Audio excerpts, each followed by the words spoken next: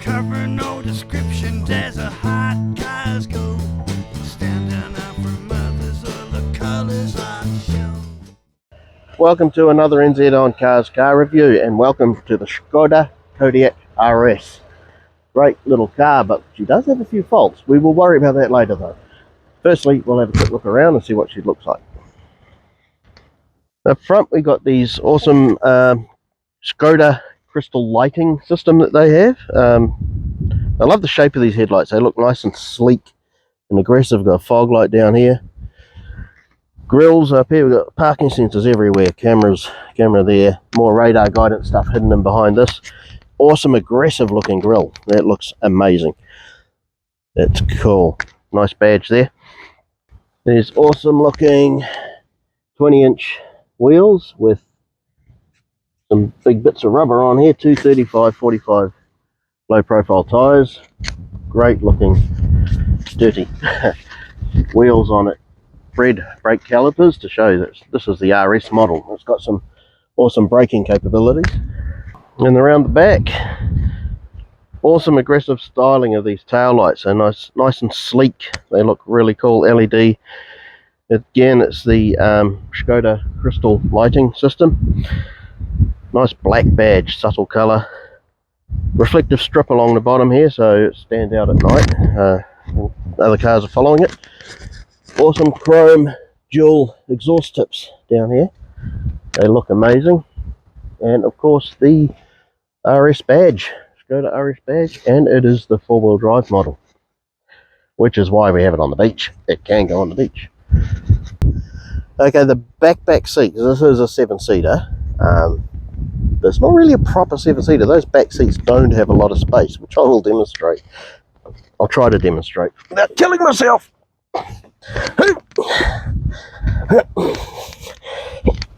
Yeah. Okay. Yeah, there's not a lot of space back here.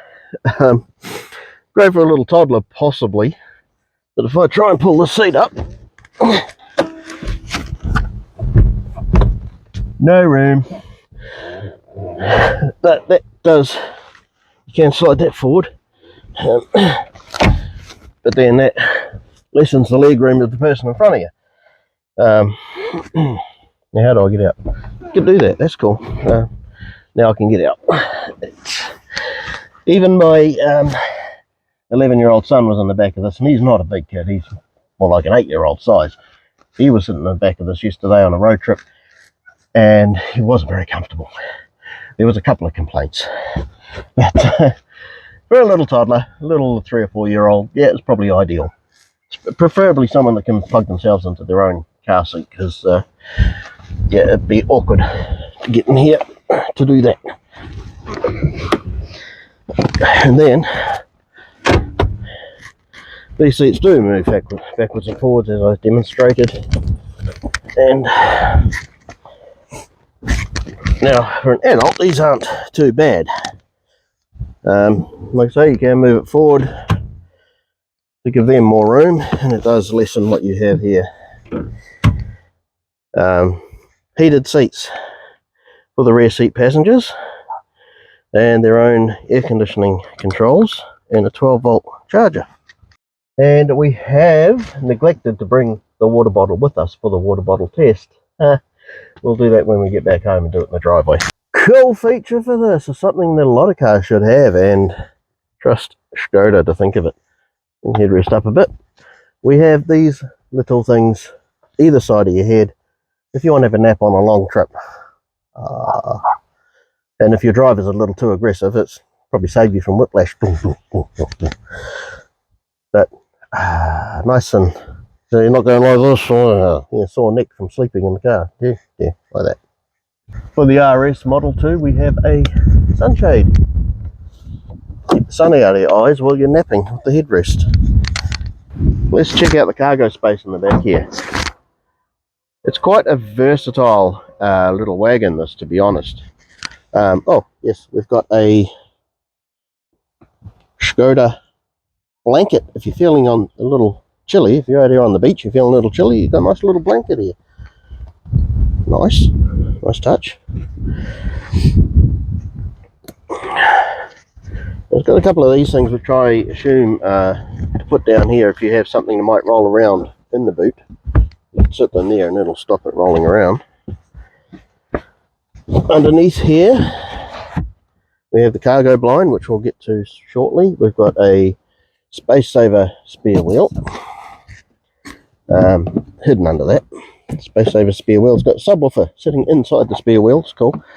This is a cargo net which goes in behind the front seats and all your jack and stuff like that. You actually have a spare wheel, not just a breakdown spare wheel, flat wheel repair kit or anything like that. You actually do have a proper spare wheel. It's nice to have. Nice to see. Quite a versatile load space. This, all the seats fold down fairly flat. That one goes down there. That one goes down there. A lever back here. Fold that one down. And then to fold that one down.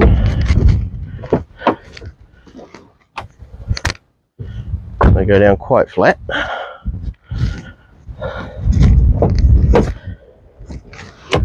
And a fairly flat floor space. In fact, I'd imagine you could put a small mattress in here and camp out on it. It's not too bad. A bit of a gap between these two. Yeah, so the seats do slide back to fill up that space. You could actually put a mattress in there, grab a sleeping bag, and have a bit of a nap. Alright, you got this cool looking gear lever. You flick it over to manual mode, and we've got flappy pedals behind the steering wheel. They're really responsive, they work nicely. Your indicators on this side, then you got your wipers here, rain sensing wipers. You can adjust the sensitivity of it.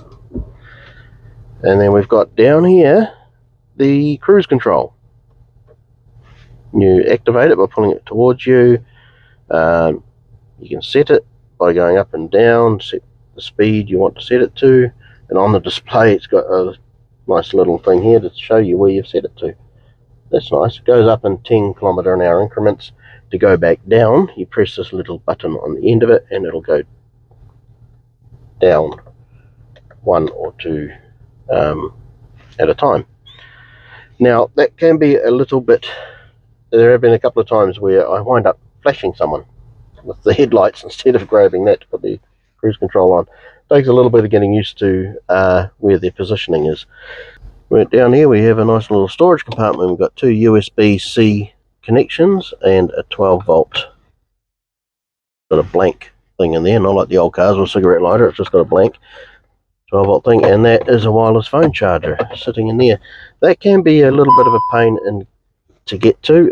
If you turn your car off when you park somewhere, it will tell you up here, got everything, everyone out of the car. Sometimes it'll tell you if you got your phone, if there's a phone sitting there charging. It does have a wireless charger, but this phone is not a wireless charging one. And it will tell you if you've got your phone. Will remind you that you've left it in there. But the problem is that it's hard to get to when you've got it sitting in park. It's a little awkward to get your phone in and out of. I find that irritating. Now, in the center console, this is it's a small space, and that lifts up. You got tiny little cup holders. We'll demonstrate that when we get my water bottle, but that comes out. You can flip it over. You can have a storage spot like that, shallow one, or you can make it a deeper one, turn that around, have it go back that way. This is a very versatile storage system. That's actually a handy little spot to put the Skoda key. Spot there for a card, or put a couple of coins in there if you wanted to. Don't know what that's for, maybe a lipstick, not for me. Right, the all-important water bottle test. Door pocket, perfect, and it's got a nice lining on there so it doesn't rattle around and make too much noise. That's nice. Now, in the middle here, not really, it doesn't fit in those. They will fit in there, but of course, as we demonstrated before, that is, you can take that and you can change it, you can put it in there, take it out completely, and the water bottle fits in there perfectly, actually, if you take that out completely. Okay, of course, that one, perfect, and the same for the center console, and That glove box fits in there nice. And, ooh, just fits in there. Right, a few options here. We've got that, again, just like the front, carpeted so it doesn't make a noise. On that pocket. And we got the centre armrest. Oh no, sadly it does not fit in there. Not the right way up anyway. That's a shame. In the very cramped back seat, there is a very small cup holder there. Which doesn't do that. There isn't one on the other side. And that's all there is. Okay, now how do I get out? Ow! Stuck! Ow! Oh my god.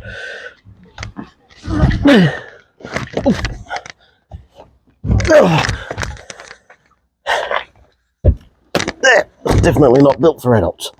Right, in the back here, obviously plenty of space.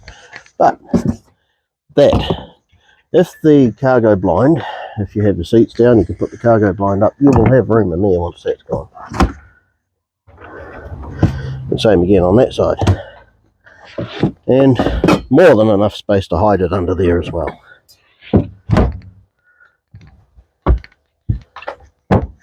Quite interesting under the bonnet here, the no actual engine cover over this, so you've got all these electronics and hoses and all that exposed. That's okay, it just doesn't look tidy, but how often do you go under here anyway? Should be for your mechanic, and with a bit of luck it'd be reliable enough to not need it. Okay, so the performance of this RS 4x4 one, you got 0 to 100 in approximately 6.6 seconds, which is pretty impressive for a beast like this.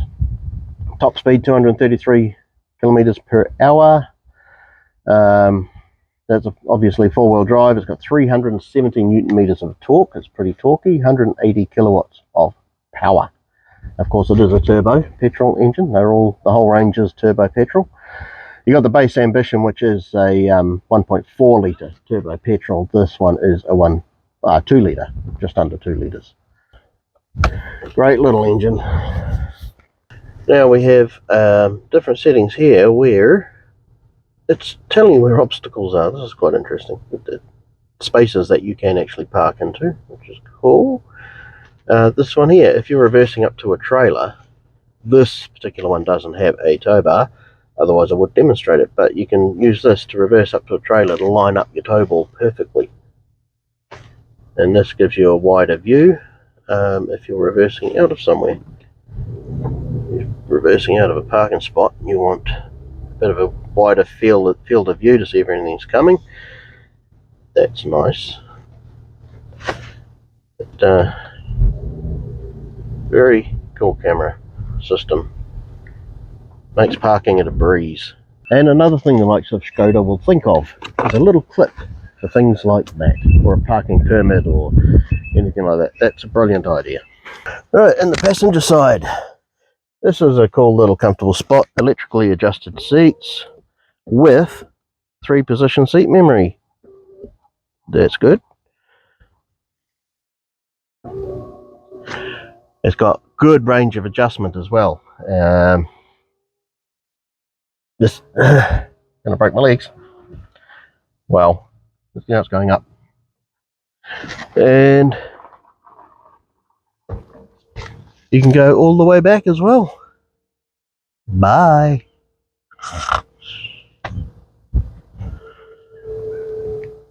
Time for a nap. Good range of adjustment on there, and to have memory seat function on the passenger side is quite good. And then you've got a lot of storage here. You've got a glove box, and then you've got a glove box. That's a good size for putting stuff in there, and so is that. Alright, now we jump in the driver's side. Nice comfortable seats, good side bolsters on them, same on the passenger side. Just sort of hugs you nicely, nice and snug. Nice Alcantara leather. Again, with the memory seat function. good range of movement here. I don't know who would ever get this close to the steering wheel. I'm getting squished. I'm squished. Yeah, squished. Thankfully the steering wheel's adjustable too. No one should ever sit this close. And then go all the way back again as well, same as the passenger side. So if you're on a long trip and you want to have a nap somewhere, pull over, you're tired, you should every few hours if you're on a long journey, lie down, have a nap. Of course, that's just some presets I put on there. You got different people driving the car who wouldn't have it set like that. Eventually back to where I had it. Cool. Awesome steering wheel. It's got leather with contrast red stitching on it. It's textured. It's got all these holes all around it. It's very comfortable to hold. I quite like that. It's a full range of adjustment on that steering wheel. Up and down, reach. Get it where you need it. Okay, let's go for a run. See how she handles. Okay, so now we're going to get off this beach and we're going to need four-wheel drive mode for that. So there's a little button down here that says off-road. Press that. We get a nice little display here. And it's got all sorts of information on it. It says we're 10 meters above sea level, but we're actually like probably a meter as we're on a beach. And we've got hill descent mode on it as well, so we will go up here and see how well we can get off this beach. Please let me not get stuck. Oh, that was easy. That was a little too easy. There's a few potholes on this road. Big one. And a puddle. I might have to wash it now.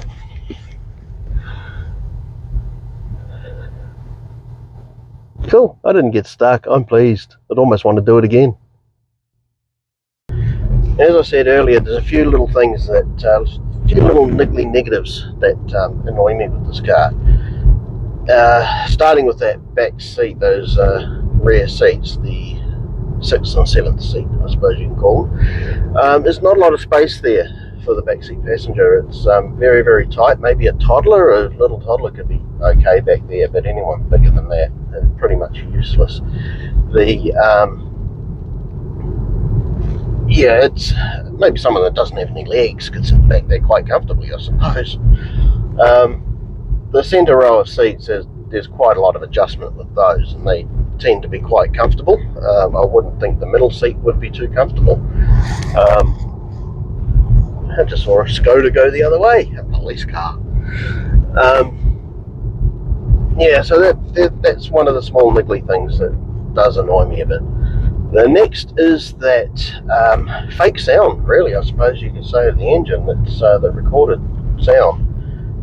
It's okay most of the time. In sport mode, it can be a little too much. Knowing it's a fake sound is a bit off-putting, and it even sounds fake. I've had a few people mention that now, how it sounds kind of fake, to be honest. It is a fake sound. I would rather just not have it at all. Put up with the actual engine sound as it is.